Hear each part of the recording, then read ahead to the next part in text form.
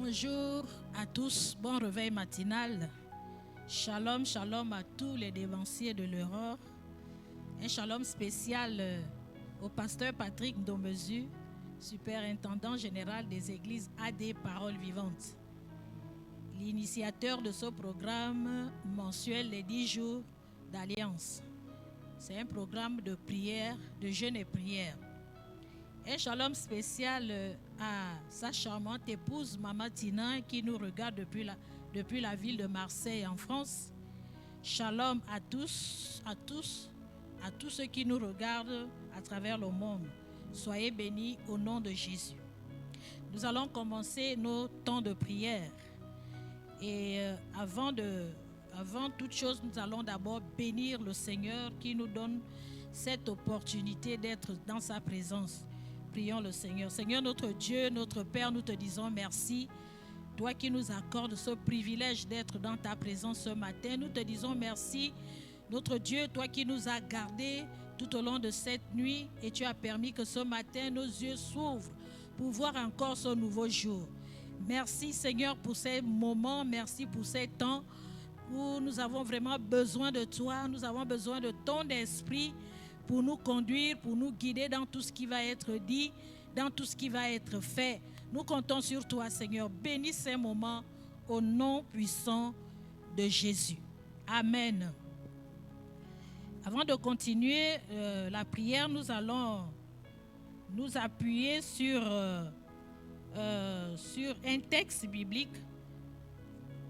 Nous allons nous appuyer sur un texte biblique.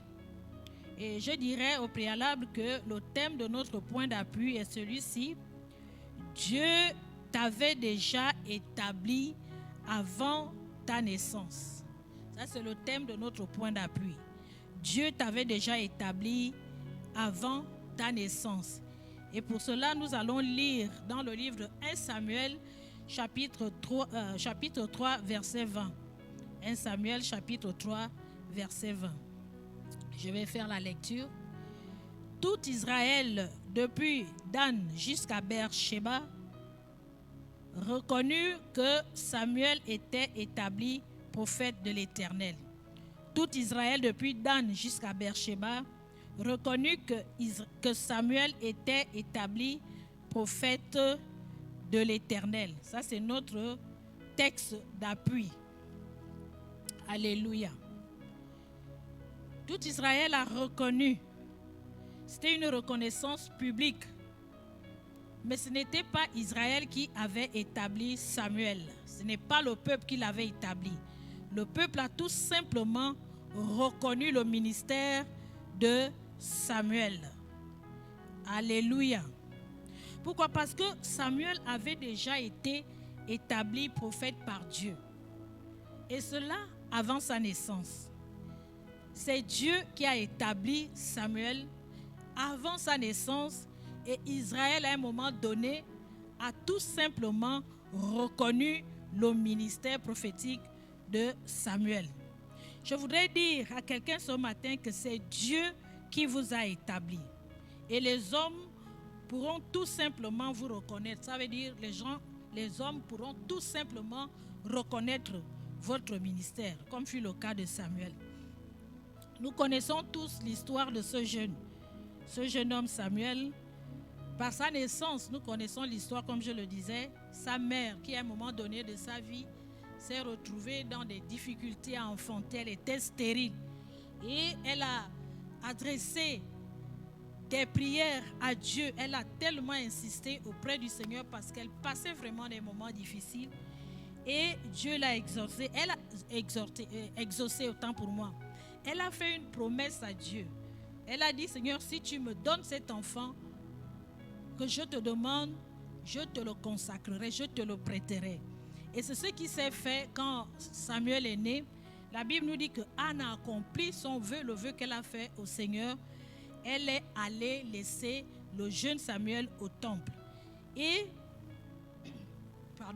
le jeune Samuel était auprès du sacrificateur Élie pour apprendre à servir Dieu. Et à un moment donné, la Bible nous dit que Dieu va se révéler à Samuel. C'est dans le même chapitre, 1 Samuel 3, versets 4 à 10. Dieu va se révéler à Samuel et Dieu va appeler Samuel. Et quand Samuel reçoit la voix de Dieu, il ne connaissait pas, la Bible est claire là-dessus, Samuel ne connaissait pas encore l'Éternel. Et quand il va recevoir l'appel, il va courir vers le sacrificateur. À 2 reprises, Samuel court vers le sacrificateur. Et la 3e fois, le sacrificateur va le renvoyer à Dieu, vers Dieu. Le sacrificateur va lui dire, si le Seigneur t'appelle à nouveau, dis tout simplement, parle car ton serviteur écoute. Le sacrificateur Élie est un bon exemple d'un bon leader, un bon conducteur spirituel. Voyez-vous, il a compris que c'est Dieu qui appelait le jeune Samuel et Élie, le sacrificateur, va renvoyer le jeune Samuel auprès de Dieu pour faire comprendre au jeune Samuel qu'en fait, ce n'est pas moi qui t'appelle, c'est Dieu qui t'appelle. Beaucoup, par manque d'expérience, pensent que c'est l'homme qui les appelle. Voilà pourquoi certaines personnes négligent l'appel de Dieu. Voilà pourquoi beaucoup servent Dieu avec nonchalance. Voilà pourquoi beaucoup servent Dieu avec, vraiment sans empressement, sans zèle. Parce qu'ils pensent que c'est Dieu qui les appelle. Mais Élie, le sacrificateur, a amené Samuel à comprendre que l'appel ne venait pas de lui, mais de Dieu. L'appel vient de Dieu. C'est Dieu qui appelle et c'est Dieu qui établit. Alléluia. La Bible nous dit, maudit soit celui qui fait avec négligence l'œuvre de l'Éternel. Dans Jérémie 48, verset 10, la partie A. Nous ne devons pas faire l'œuvre de Dieu avec négligence. Vous voyez, quand vous regardez quelqu'un qui fait l'œuvre de Dieu avec négligence, c'est quelqu'un qui n'a pas encore compris que c'est Dieu qui l'a choisi et que c'est Dieu qui l'a appelé.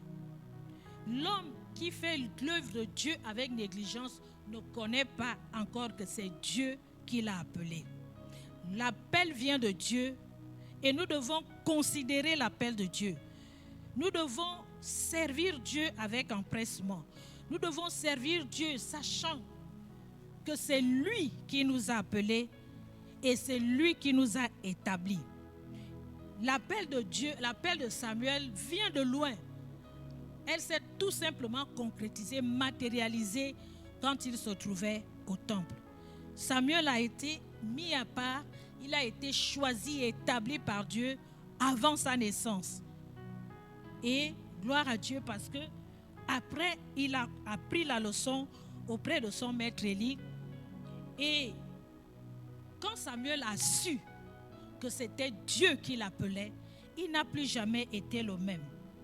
Amen. Et son ministère avait pris de l'ampleur. Il réussissait dans tout ce qu'il faisait.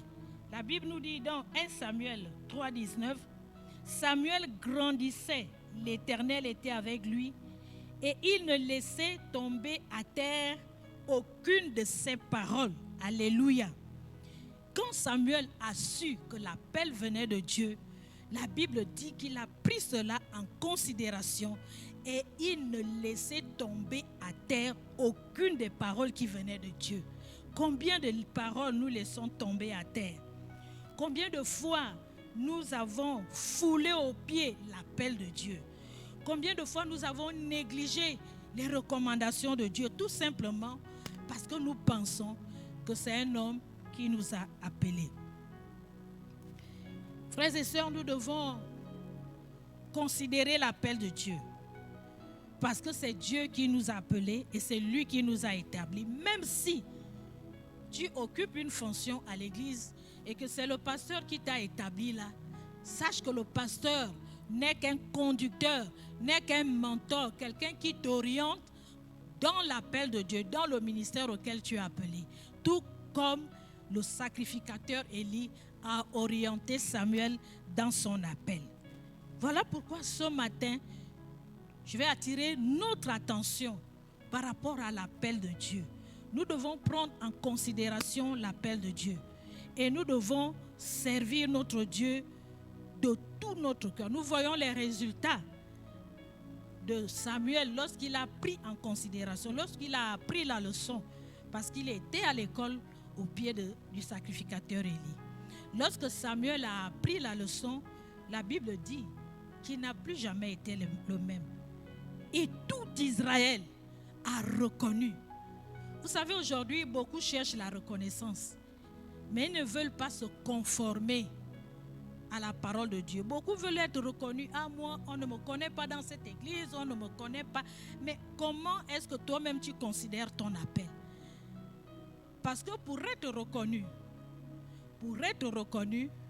il faut qu'on voit comment tu sers d'abord ce Dieu qui t'a appelé.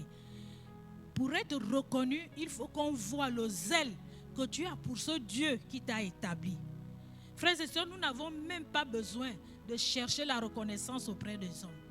Nous avons tout simplement besoin de servir ce Dieu qui nous a appelés, de le servir de tout notre cœur, avec amour, avec dévouement, avec abnégation, avec détermination. Et pendant que nous serons en train de servir Dieu de cette manière, Dieu lui-même va se charger du reste. Alléluia. Ce n'est pas Samuel lui-même qui a fait la publicité de son ministère.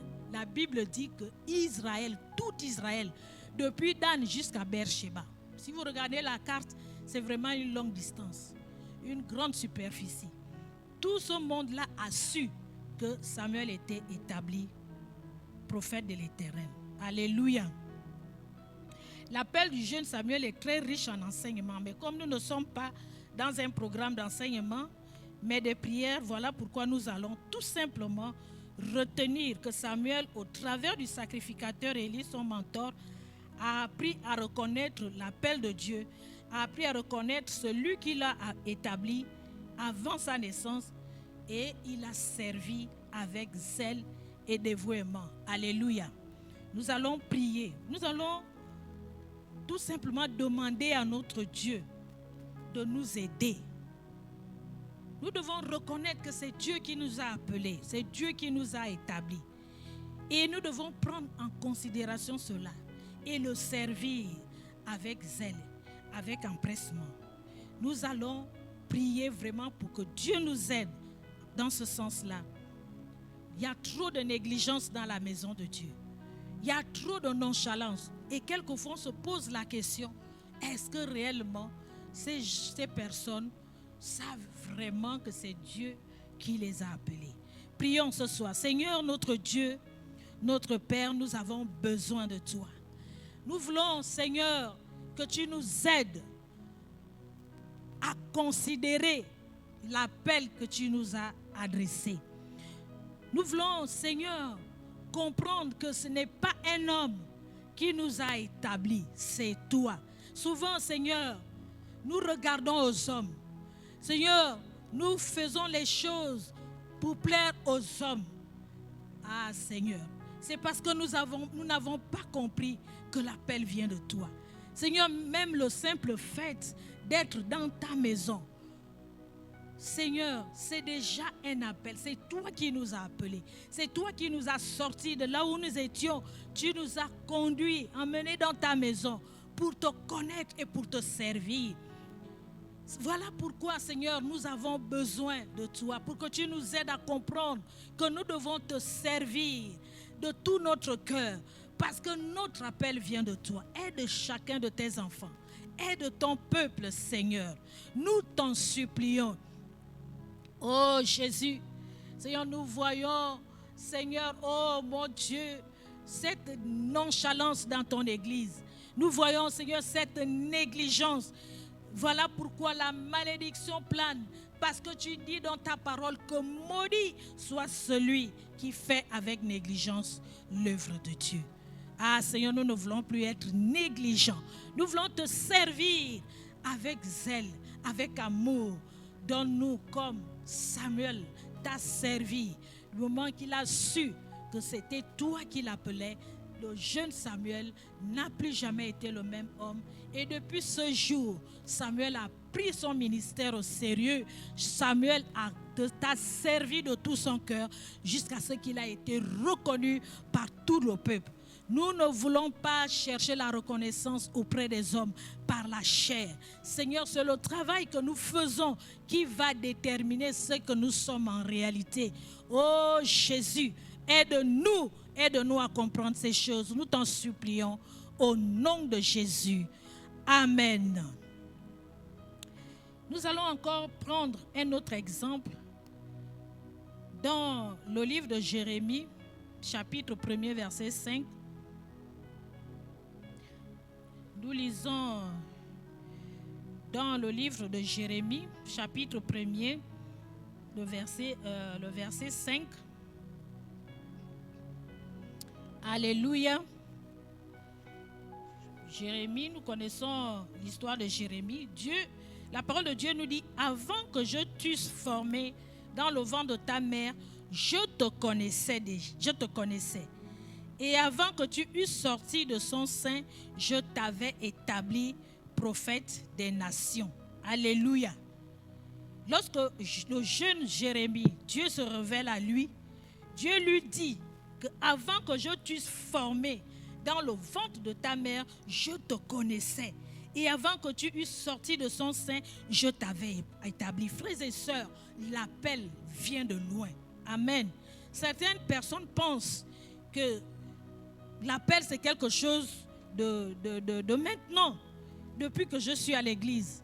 C'est là où je suis appelé. Voilà pourquoi même certains sont là. Ah non, moi, je ne suis pas appelé. Ah non, mais on n'a même pas besoin de dire, ah, moi, je ne suis pas appelé. Ou moi, je suis appelé. Ou est-ce que frère, est-ce que tu es appelé? On n'a même pas besoin de demander qui sont appelés. Parce que l'appel, ce n'est pas une affaire de maintenant. Et ce n'est même pas une affaire du pasteur. Comme je disais tout à l'heure, hein, le pasteur, c'est le sacrificateur. C'est le mentor, le conducteur qui t'introduit, qui t'oriente dans ton appel. Mais l'appel est là. Dieu a dit à Jérémie, avant que tu sois formé. Vous voyez, Samuel, c'était tout simplement avant sa naissance. Mais Jérémie, c'est avant même d'être formé dans le ventre de sa mère. Ça veut dire que même avant même que sa mère ne soit mariée, certainement elle était encore une petite fille. Ça veut dire qu'elle n'avait même pas encore la pensée d'avoir un enfant un jour. Mais Dieu connaissait déjà Jérémie. Et Dieu avait déjà choisi Jérémie. Et la maman de Jérémie a tout simplement été choisie comme Marie, la mère de Jésus. Nous connaissons l'histoire. Hein? Les prophéties annonçaient déjà des siècles bien avant qu'une jeune fille deviendra enceinte. Elle enfantera un fils et elle lui donnera le nom d'Emmanuel. Vous voyez, dans Ésaïe 7, verset 14. Combien de siècles plus tard, Jésus est né, la prophétie s'est accomplie. C'est ce qui s'est passé avec Jérémie. Combien d'années, nous ne savons pas. Mais Jérémie était déjà connu de Dieu. Je voudrais dire à quelqu'un, avant même que tu ne sois né, Dieu te connaissait. Avant que tu sois même tissé, formé dans le ventre de ta mère, tu étais déjà dans le programme de Dieu. Alléluia. Tu étais déjà dans le programme de Dieu. Voilà pourquoi on ne doit pas blaguer avec l'appel. L'appel, ce n'est pas une affaire de maintenant. Oh non, mais c'est un frère qui m'a dit, il m'a vu en rêve, comment j'étais en train de prêcher dans les foules. Non, non, non. Ce n'est même pas. Tout ça, ce n'est que la confirmation. La confirmation, la matérialisation de ce qui existait déjà dans l'invisible. Alléluia.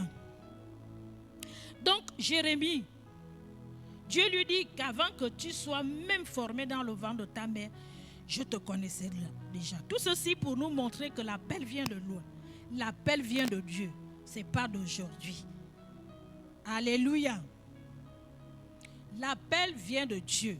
Voilà pourquoi nous devons servir ce Dieu. Nous devons le servir, frères et sœurs. Ça, ne pas servir Dieu, ne pas répondre à l'appel de Dieu, c'est comme si nous méprisons Dieu lui-même. Vraiment, quand quelqu'un méprise l'appel de Dieu, mieux vaut même rester chez toi à la maison. Parce que si tu es là, si vous êtes dans sa maison, c'est pour accomplir le plan pour lequel il vous a envoyé, pas seulement à l'église Parole Vivante, ou bien vous a envoyé au Gabon.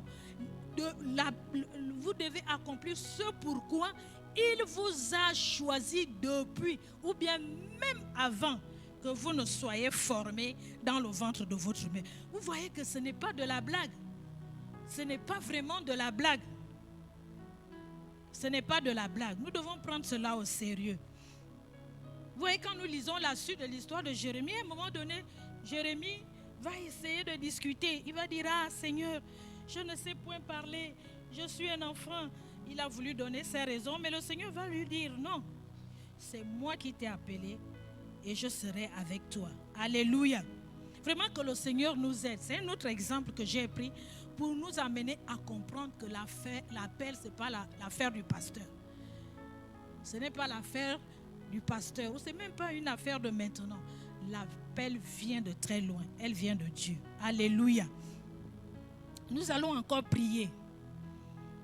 Que Dieu nous aide à ne pas prendre à la légère l'appel. Nous allons insister là-dessus. Trop de légèreté au milieu du peuple de Dieu. L'appel est une chose sacrée. Et nous ne devons pas jouer avec le sacré.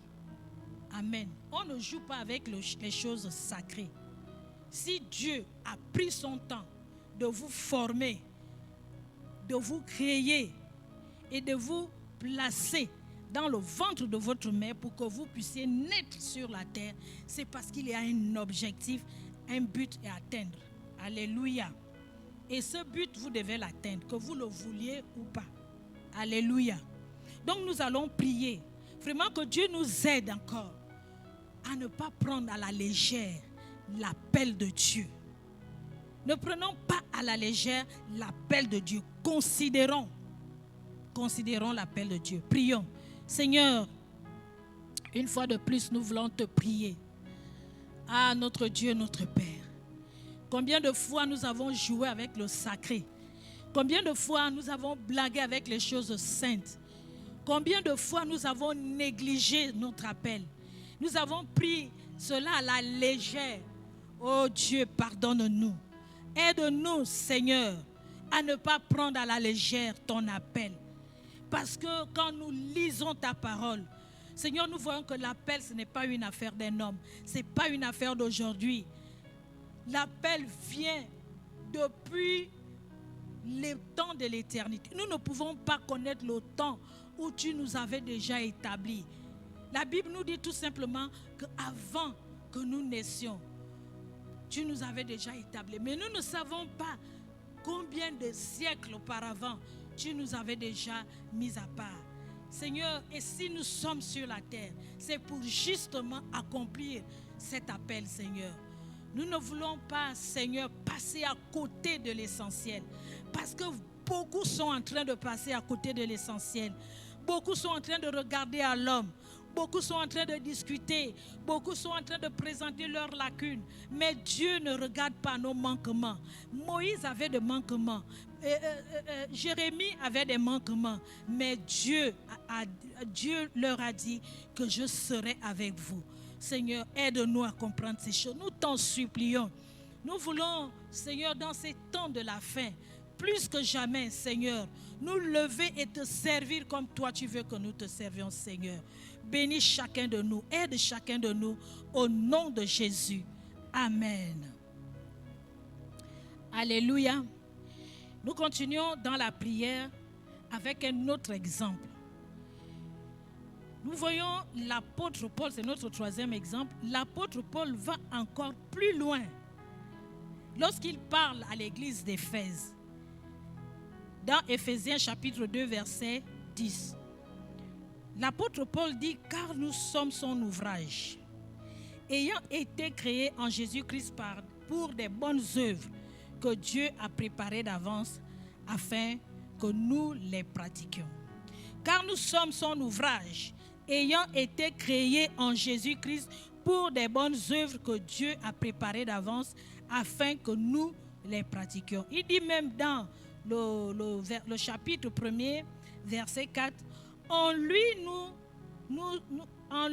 Dieu nous a élus avant la fondation du monde, pour que nous soyons saints et irréprochables, irrépréhensibles devant lui.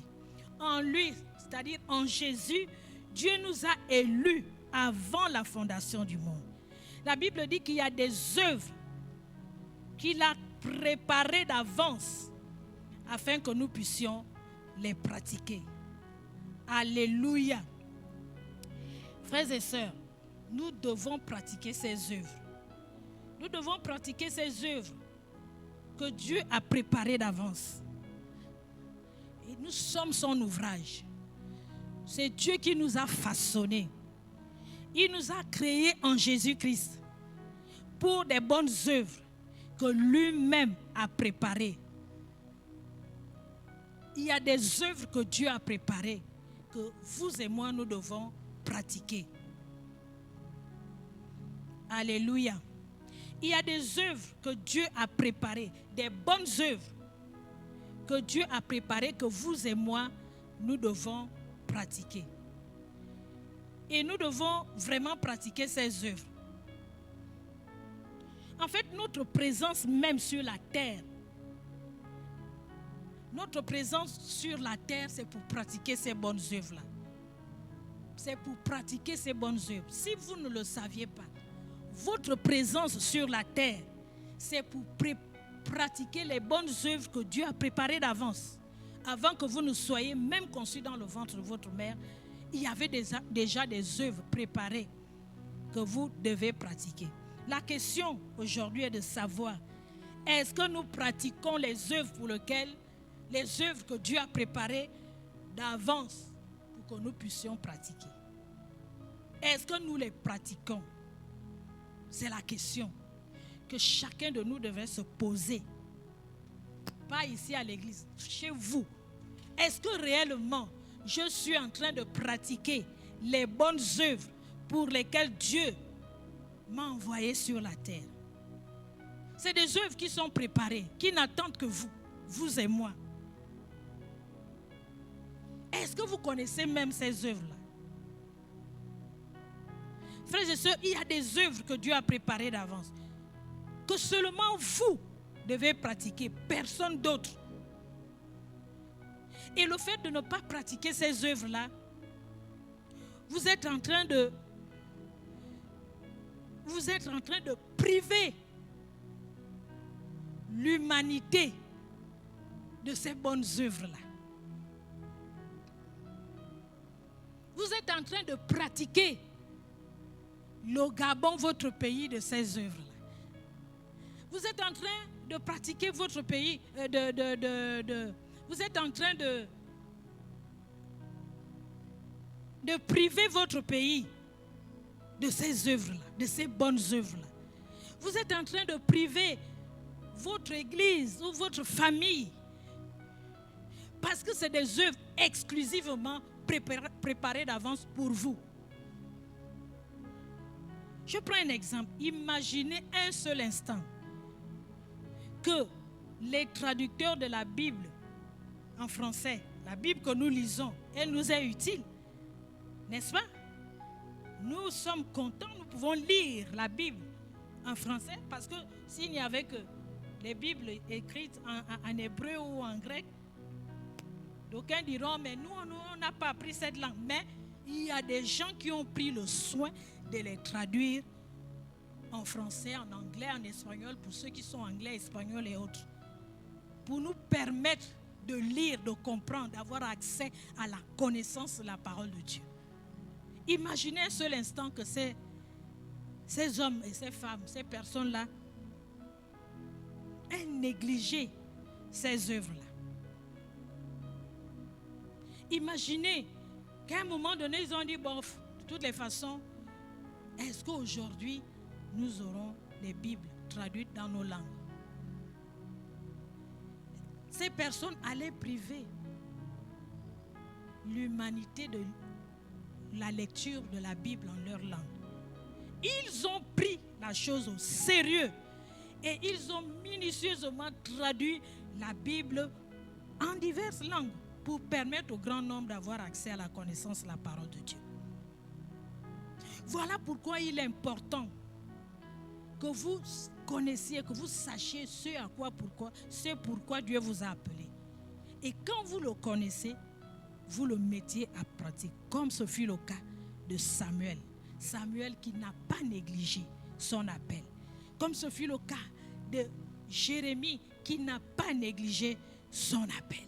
Comme ce fut le cas de l'apôtre Paul. Oh, ce grand apôtre. Vous voyez tout ce qu'il a fait, toutes les églises qu'il a bâties, les ministères, tout ce que l'apôtre Paul a fait. Frères et sœurs, vraiment que Dieu nous aide à considérer l'appel de Dieu. C'est la seule prière. Nous n'allons pas aller partout. Nous allons vraiment demander que Dieu nous aide. Parce que ce n'est pas de l'amusement, ce n'est pas la blague. Nous devons considérer l'appel de Dieu. Nous devons pratiquer les bonnes œuvres. La Bible dit que même avant la fondation du monde, Dieu nous avait déjà élus. Nous avons déjà été établis. Nous avons été choisis avant la fondation du monde. Pour que nous pratiquions les œuvres pour lesquelles Dieu nous a appelés. Frères, sœurs, si vous n'êtes pas encore en train de pratiquer ces œuvres, demandez à Dieu ce soir. Si vous avez négligé de pratiquer ces œuvres, demandez à Dieu ce soir. Tombez au pied du Maître, au pied du Seigneur, implorez sa grâce, implorez sa miséricorde. Prions. Seigneur, nous voici une fois de plus dans ta présence. Ah, Seigneur notre Dieu. Ah, nous reconnaissons que réellement, nous n'avons pas fait ton œuvre. Nous n'avons pas pratiqué les bonnes œuvres que tu as préparées d'avance pour nous, pour que nous les pratiquions, Seigneur. Voilà pourquoi il y a beaucoup de manquements au milieu de nous. Voilà pourquoi les choses ne marchent pas comme elles devraient marcher, Seigneur. Voilà pourquoi l'œuvre patine. Voilà pourquoi on a l'impression de tirer un radeau. Parce que, Seigneur, il y a beaucoup de négligence. Seigneur, aide ton peuple. Nous voici une fois de plus à tes pieds, notre Dieu. Nous voulons que tu nous aides. Aide-nous, Seigneur.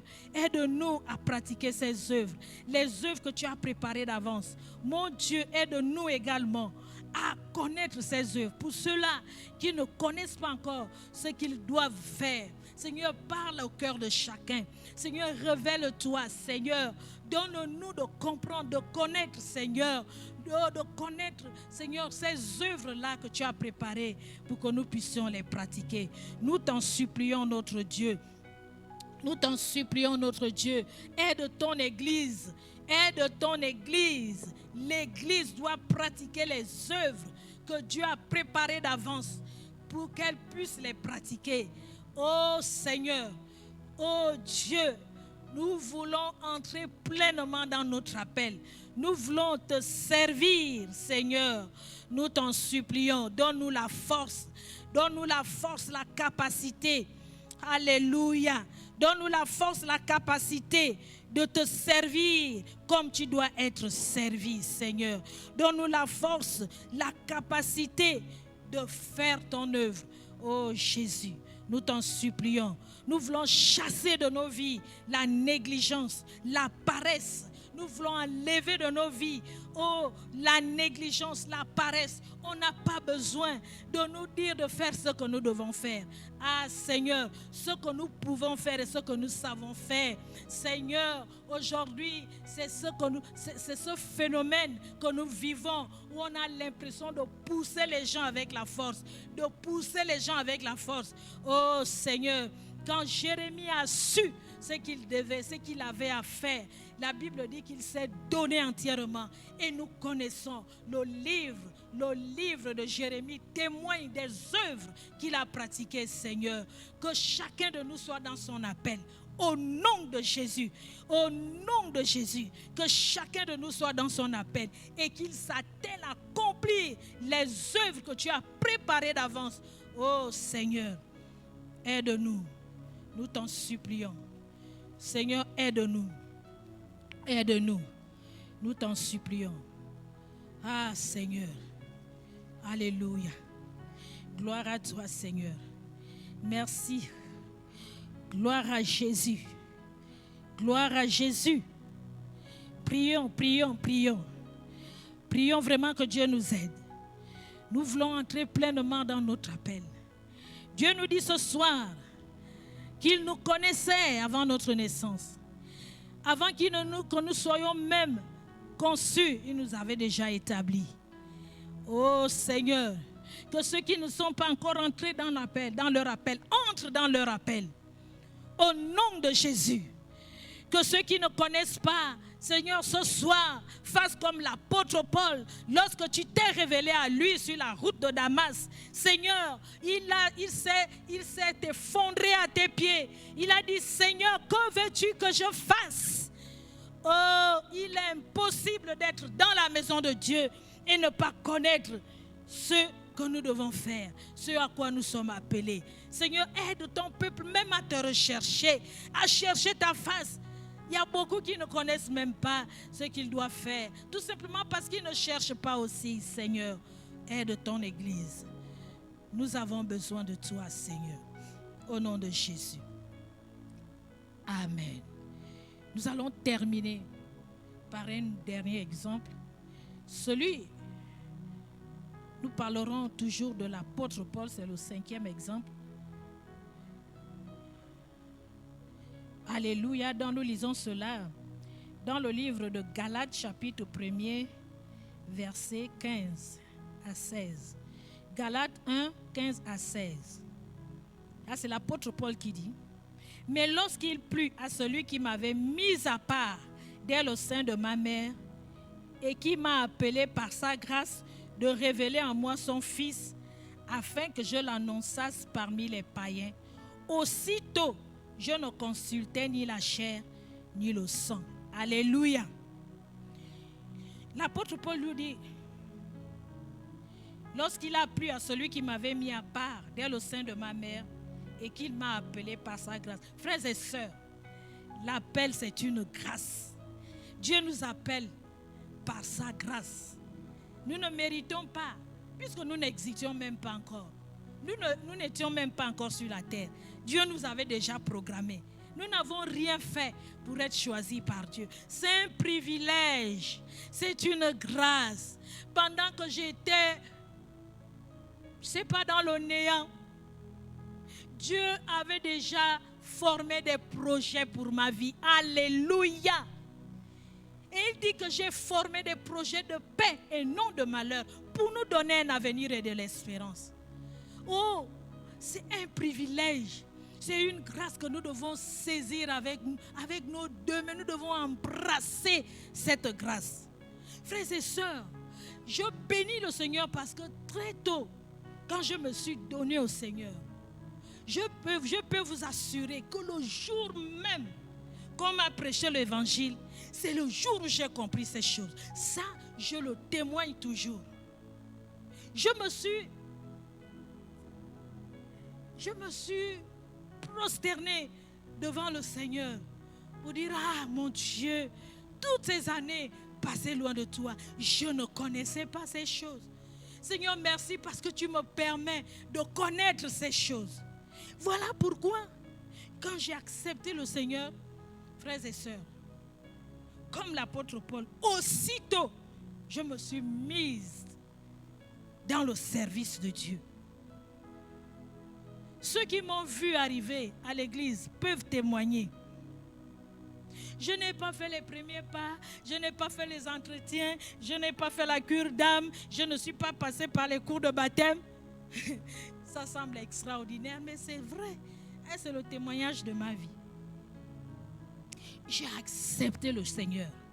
Et à un mois seulement de ma conversion, je me suis retrouvé dans le corps responsable de l'église. Et avant même 6 mois, j'étais déjà dans le ministère. J'étais déjà dans le groupe des missionnaires de l'apôtre Jude Benjamin Ngoy. Il m'a mené déjà en mission. J'ai été baptisé On ne nous a pas fait les cours de baptême.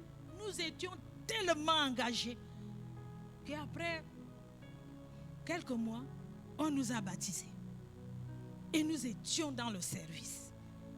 Nous étions dans une équipe de jeunes gens entraînés par d'autres jeunes et par notre Père spirituel. Nous avons sillonné Libreville et ses environs. Toutes les annexes du PK8 à l'époque ont été implantées par les jeunes. Nous étions encore à lui. Nous sommes allés aux Zang et on a ouvert. Nous sommes allés au PK7, on a ouvert. Nous sommes allés, comment on appelle ça, en Zangayo, on a ouvert.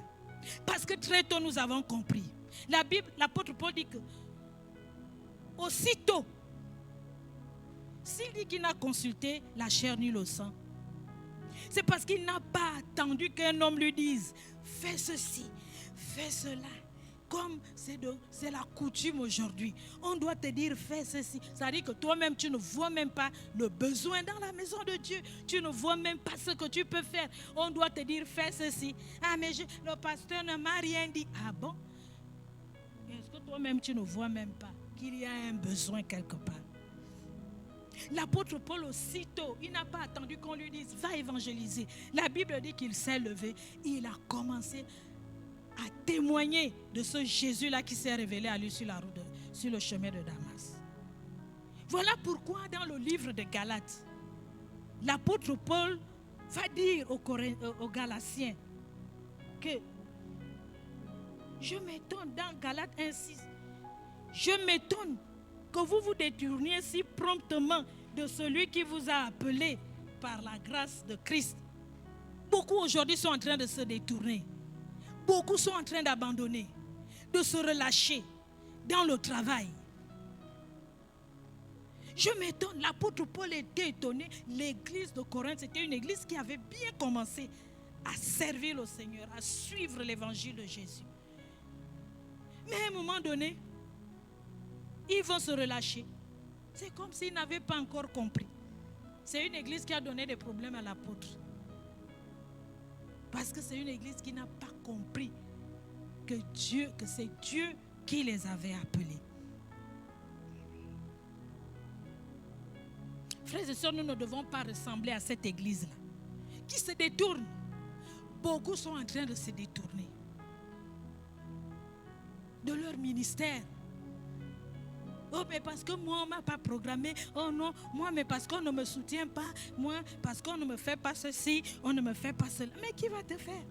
Qui va te faire ça? S'il y a quelque chose qui ne marche pas, parle à celui qui t'a appelé. C'est Dieu qui t'a appelé. Nous ne nous relâchons pas dans le travail. Nous ne nous relâchons pas dans le ministère. L'apôtre Paul, jusqu'à la fin de ses jours, il a tenu bon. Voilà pourquoi à la fin de ses jours, il va dire à son fils Timothée, j'ai combattu le bon combat de la foi, j'ai achevé la course, j'ai pratiqué les œuvres pour lesquelles mon Dieu m'a établi avant la fondation du monde. Que Dieu nous aide. L'apôtre Paul avait compris qu'il a été établi non par les hommes, ni par la volonté d'un homme, mais par Dieu en Jésus-Christ. Voilà pourquoi il a servi le Seigneur avec zèle, avec détermination. Frères et sœurs, ne ressemblons pas aux chrétiens de Galates qui à un moment donné se sont détournés, ont commencé à discuter, ont commencé à se plaindre. Vraiment, il y a des moments, je suis étonné. Pourquoi on se plaint? On se plaint de qui? Est-ce que c'est le pasteur qui vous a appelé? Est-ce que c'est le frère qui vous a appelé? Oh non, mais moi, si on ne me donne pas l'argent du taxi, je ne viendrai pas aux répétitions. Reste chez toi. Qui va te donner l'argent du taxi? Pour venir chanter pour ton Dieu, quelqu'un a besoin de te donner l'argent du taxi. Nous n'avons rien à revendiquer. Si nous devons revendiquer, c'est devant celui qui nous a appelés. C'est devant celui qui nous a appelés. Et nous allons prier encore ce soir. Vraiment que ces comportements changent. C'est Dieu qui nous a appelés. Il dit qu'il nous a établis.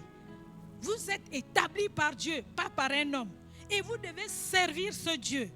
Vous devez le servir avec détermination, avec zèle. Servons le Seigneur. Seigneur, je ne suis pas fatigué de servir Dieu à mon âge. Dieu m'a orienté vers la mission. Et je suis toujours dans la mission. Et je mourrai dans la mission. Malgré mon âge, j'irai toujours en mission. Quand l'occasion se présente, je vais en mission. Même quand je dors, je suis en train de penser à un autre chant. Je suis en train de penser à un autre chant. Parce que c'est ce à quoi Dieu m'a appelé. Dieu nous a appelés pour le servir. N'attendons pas. Vous voyez, l'église locale nous oriente. L'église locale est là, Seigneur, pour nous, seulement pour nous orienter dans notre ministère. Mais c'est Dieu qui nous a appelés. C'est Dieu qui nous a appelés. Et ce Dieu-là n'abandonne pas ceux qui l'appellent. J'ai vu des miracles de Dieu depuis que je fais la mission. Quand je vais en mission, je n'ai pas besoin que l'église locale me donne l'argent, me paye le billet, ne paye pas le billet. Mais j'ai vu, dès que je dis Seigneur, je pars, il pourvoit. Amen. Servons le Seigneur, frères et sœurs. Nous allons prier. Que Dieu nous aide à comprendre une fois pour toutes que notre appel vient de lui. Ne nous laissons pas distraire. Ne nous relâchons pas comme les chrétiens de Galates. Les chrétiens de la Galatie. Ne nous relâchons pas dans le travail. Si nous avons commencé avec le Seigneur, allons jusqu'au bout avec lui. Pour dire comme avec l'apôtre Paul, j'ai combattu le bon combat de la foi. J'ai achevé la course. Alléluia. Alléluia. Prions le Seigneur. Alléluia. Prions le Seigneur. Oui, notre Dieu, nous ne voulons pas être comme les chrétiens de la Galatie, Seigneur. Nous voulons être ces chrétiens comme l'apôtre Paul, qui a commencé, il a terminé avec toi. Nous ne voulons pas nous relâcher. Aide-nous, Seigneur. À un moment donné, si nous nous sommes relâchés, nous voulons nous relever. Oh Seigneur, parce qu'un jour nous te rendons compte. Nous te rendrons compte. C'est toi qui nous as appelés, Seigneur. Et nous voulons en retour, Seigneur, te rendre l'ascenseur, te servir de tout notre cœur. Oui, tu nous as fait la grâce de nous faire participer à ton œuvre, d'être participants de ce grand salut, de cette grande œuvre. Oh Seigneur, et nous voulons, Seigneur, nous atteler, nous voulons nous donner à fond, Seigneur, jusqu'à ce que tu viennes nous chercher. Bénis ton Église. Seigneur, que ces moments que nous avons passés devant toi soient bénéfiques pour tout un chacun. Nous te rendons des actions de grâce. Nous te bénissons pour ces moments, Seigneur. Frères et sœurs, nous allons continuer à prier dans nos maisons parce que c'est vraiment important de servir Dieu parce que c'est lui qui nous a appelés. Que Dieu vous bénisse. Passez une bonne journée dans la présence du Seigneur.